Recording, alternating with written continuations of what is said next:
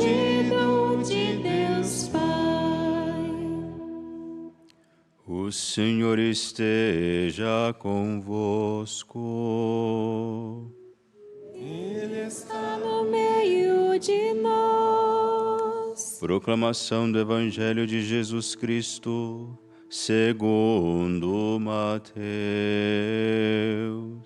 Glória a vós, Senhor. Naquele tempo disse Jesus aos seus discípulos: Ficai atentos, para não praticar a vossa justiça na frente dos homens, só para serdes vistos por eles. Caso contrário, não recebereis a recompensa do vosso Pai que está nos céus. Por isso, quando deres esmola, não toques a trombeta diante de ti, como fazem os hipócritas nas sinagogas e nas ruas, para serem elogiados pelos homens. Em verdade vos digo, eles já receberam a sua recompensa. Ao contrário, quando deres esmola, que a tua mão esquerda não saiba o que faz a tua mão direita, de modo que a tua esmola fique oculta. E o teu Pai, que vê o que está oculto, te dará a recompensa. Quando orardes, não sejais como os hipócritas, que gostam de rezar de pé, nas sinagogas e nas esquinas das praças, para serem vistos pelos homens. Em verdade vos digo, eles já receberam a sua recompensa. Ao contrário, quando tu orares, entra no teu quarto, fecha a tua porta e reza ao teu Pai que está oculto, e o teu Pai que vê o que está escondido te dará a recompensa. Quando jejuardes, não fiqueis com o rosto triste como os hipócritas. Eles desfiguram o rosto para que os homens vejam que estão jejuando. Em verdade vos digo, eles já receberam a sua recompensa. Tu, porém, quando jejuares, perfuma a cabeça e lava o rosto, para que os homens não vejam que tu estás jejuando. Mas somente teu Pai que está oculto, e o teu Pai que vê o que está escondido, te dará a recompensa. Palavra da salvação. Glória a vós, Senhor.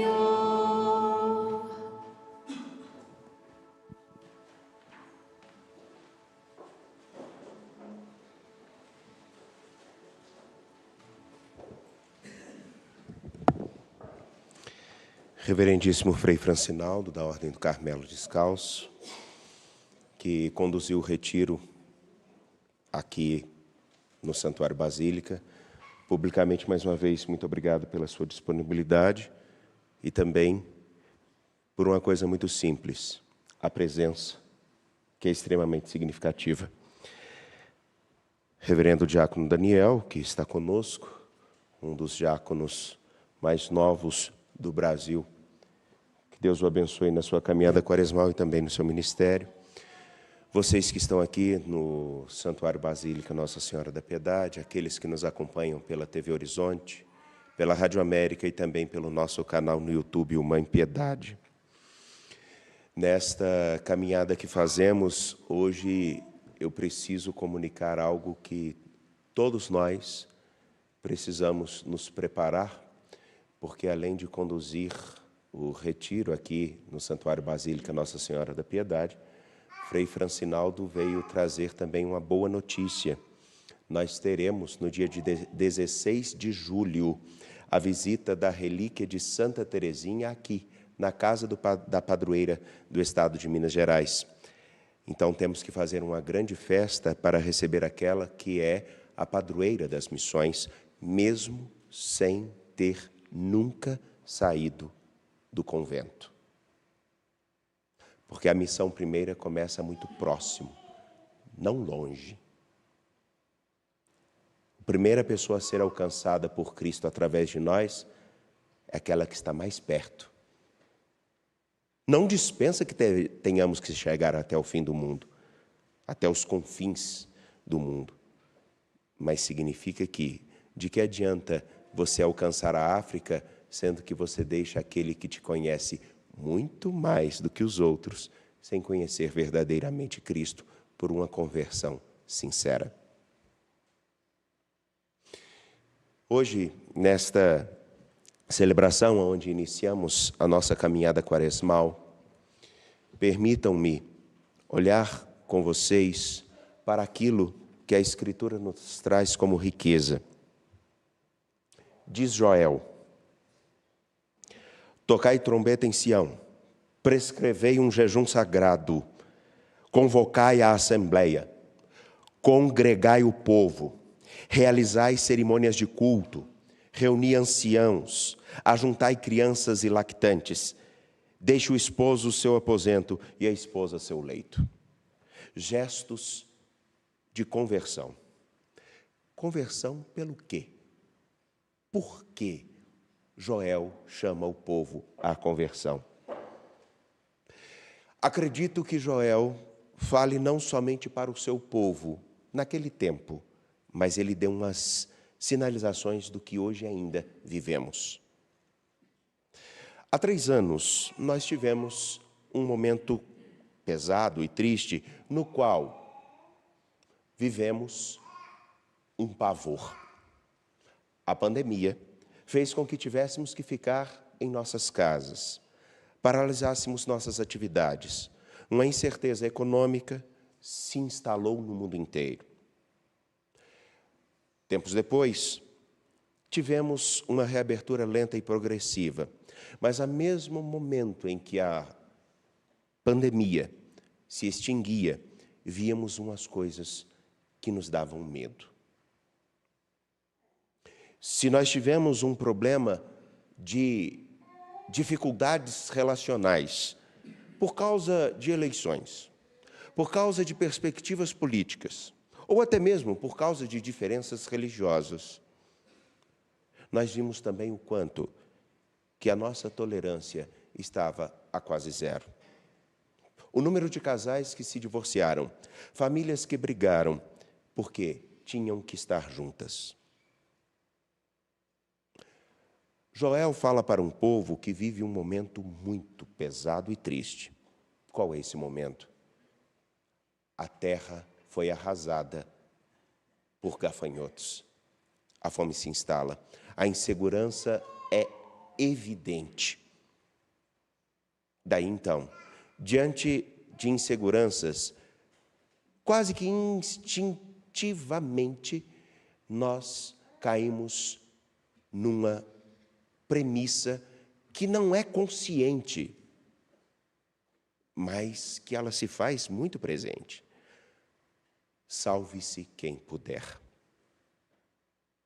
O instinto de resguardar a vida, a sua segurança, se fazia tão presente que até mesmo o Senhor tinha sido esquecido. A proximidade tinha se apagado. O culto tinha se esvaziado. E o vazio no coração de todos se fazia tão presente. Permitam-me, não é o pouco do que vivemos hoje, não estamos em pandemia. Não importa as questões políticas, não é isso que quero dizer. Mas a nossa incerteza não é tamanha. Temos hoje em nosso mundo 2 guerras graves. Uma, oriunda da região Rússia e Ucrânia. Outra, faixa de Gaza, Israel, Palestina. Mas ainda temos outras incertezas. Tensões entre China, Taiwan. Temos uma briga velada por nossas identidades, sejam partidárias ou religiosas. Temos o medo daquilo que é diferente, que não conhecemos ou que não entendemos. E diante do medo, uma das primeiras premissas é: salve-se quem puder, ou então, eu preciso de ter segurança, pode fazer com que olhemos a outras pessoas como inimigos. Bom, a fala de Joel é um chamado a voltar o olhar para o Senhor que aquele povo tinha perdido. Mas também para nós, voltar o olhar para o Senhor, a quem, infelizmente, parece que também perdemos. E o porquê? Nós não conseguimos olhar uns para os outros sem medo. Nós não conseguimos olhar para o eterno sem o receio. Parece que realmente não temos muito tempo. Tudo é tão incerto. E quando escutamos o Salmo, misericórdia, ó Senhor, pois pecamos, podemos lembrar de uma condição que cada um de nós tem.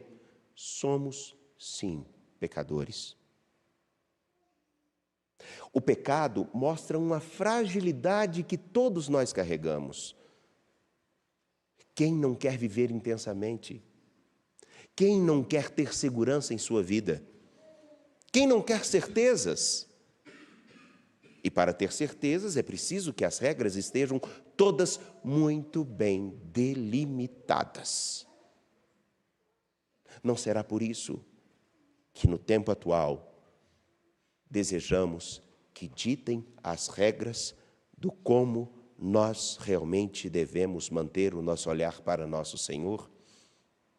Mas aí outra coisa, tais regras também chegam em determinados momentos, por uma instabilidade, por uma segurança, a fazer-nos pensar que a melhor forma de adquirir a segurança é sermos indiferentes ou hostis.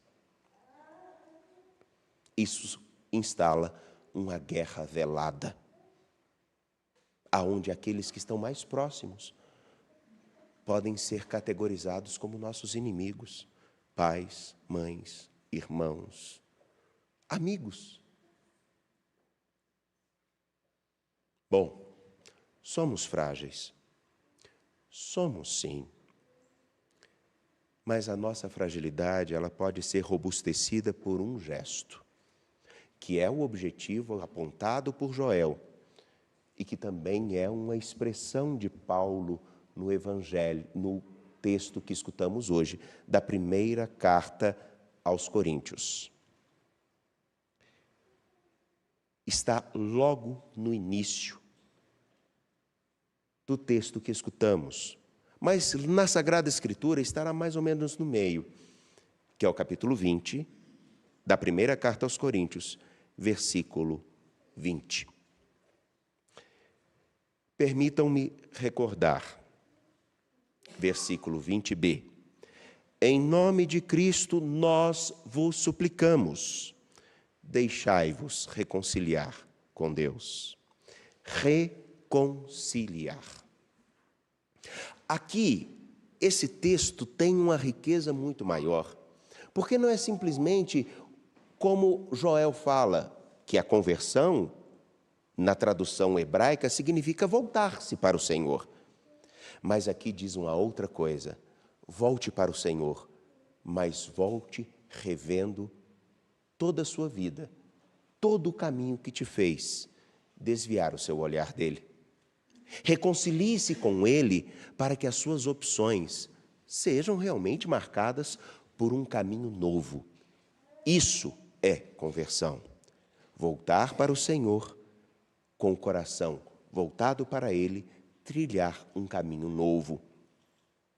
Ora, no tempo presente, a nossa conversão, ela não estará somente numa atitude vertical, onde olhamos para Deus e queremos somente estar com Ele.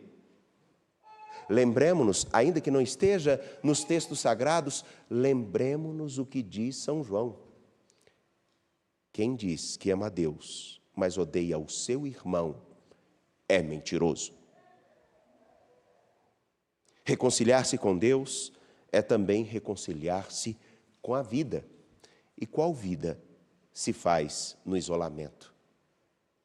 Nenhum de nós consegue viver em pleno isolamento. Necessariamente, nós precisamos pelo menos de um olhar. Quem já foi ignorado sabe o quanto dói ser ignorado. Caríssimos, no dia de hoje, o apelo é simples. Voltemo-nos para o Senhor e deixemos-nos reconciliar com Ele, mas por uma atitude prática, simples. Olhar para Ele, olhar para a vida como o maior presente que recebemos. E esse presente não é só meu ou só seu. Esse presente é nosso, de todos nós, e que precisa ser muito bem cuidado. É por essa razão que quando escutamos o Evangelho de Mateus, capítulo 1, versículos 1 a 6, e do 16 ao 18, 3 práticas da religião precisam ser muito bem observadas. A primeira, o jejum. Jejuar não é simplesmente fazer um sacrifício para que deixemos de comer isso ou aquilo, ou às vezes até termos um certo regozijo, porque com o jejum emagreceríamos. Agora está em moda também isso. Não. O jejum aqui tem uma característica muito simples. O que você realmente precisa para existir e viver?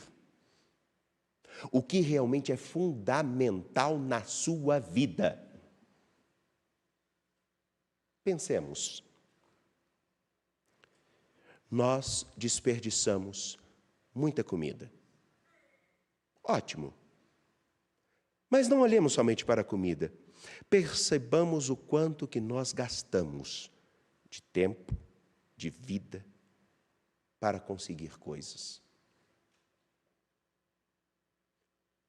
E a vida se dá no que conseguimos ou naquilo que experimentamos ao longo da busca do que queremos. Essa busca não se dá com pessoas? Há determinados itens ou determinadas refeições, por mais saborosas que sejam, se estiverem vazias de carinho ou mesmo vazias de paz, são amargas. Podem até nos sustentar vivos, mas a vida fica tão sem graça. Quando se descobre o que realmente é necessário, percebe-se também quem é necessário. Aquilo que me sobra pode fazer com que alguém tenha também dignidade. Daí então, a esmola. Não é somente dar uma coisinha para alguém, é ter a capacidade de perceber como eu preciso do fundamental, você também precisa. Se aqui me sobra, eu te dou. Mas a esmola tem uma característica importante. Ninguém dá esmola a quem não vê o seu sofrimento. Ninguém estende a mão àquele que é invisível. E quantos de nós estão invisíveis, não só porque estão nas ruas, mas porque nos são diferentes. Amigos desapareceram de nossos contatos. A solidariedade quase não existe mais. É uma reflexão. Será que realmente estamos nos reconciliando fundamentalmente com Deus naquilo que diz a Escritura? Rever toda a sua vida. E relembro, nenhuma vida se dá sozinho. Quando orardes, não faça um grande espetáculo. O porquê? As pessoas com quem nós mais temos intimidade não precisam dos nossos gritos e não precisam de muitas palavras, precisam da nossa sinceridade. As melhores conversas que temos são com aqueles que podemos ser sinceros. E aqui, o que diz Mateus, recobrando um dado importante do que significa reconciliar-se, que o seu coração, que a sua vida, no diálogo com seu Senhor, não seja somente para cumprir uma obrigação proforme, mas que seja na sinceridade de quem pode olhar para qualquer um sem medo. Se a sua oração a Deus é sincera, que o seu olhar para aquele que também está ao seu lado o seja. Nesse dia, nessa história, mais do que qualquer reflexão político-partidária, que na verdade não cabe aqui em nenhuma celebração, é importante vermos o que estamos fazendo com aquele dom que temos entre todos o mais comum, a vida. E nós queremos que a vida seja tão simplesmente rica e bonita. E a riqueza da vida está no modo com que a vivemos. E quem vive sua vida completamente isolado, sem depender de ninguém? Nenhum de nós. Vale lembrar, a simples roupa que você veste agora, não foi você quem fez. Então você depende dessa pessoa. A não ser que você consiga produzir o tecido, costurar, cortar, fazer todos os afeitamentos, passar, lavar e rezar a Deus para que ninguém pare um dia de produzir a matéria-prima daquilo que você veste. Meus irmãos, minhas irmãs, vós sois todos irmãos. De que adianta somente olharmos para Deus se nós nos esquecermos de uma coisa bem simples? Ele veio a nós, nosso Senhor Jesus Cristo veio a nós, para que todos possamos ficar muito perto dele. Se alguém que você ama fosse deixado para trás por alguém em quem você confia, como você se sentiria? Se a nossa fé não tem um compromisso de tocar nessa realidade, nós poderemos simplesmente viver uma guerra velada e deixarmos muitos para trás. Mas eu tenho certeza que aquele que deu a vida por nós não gostaria de ver isso, porque ele nos fez todos dignos de vida, mesmo sem merecermos, por pura graça e de graça.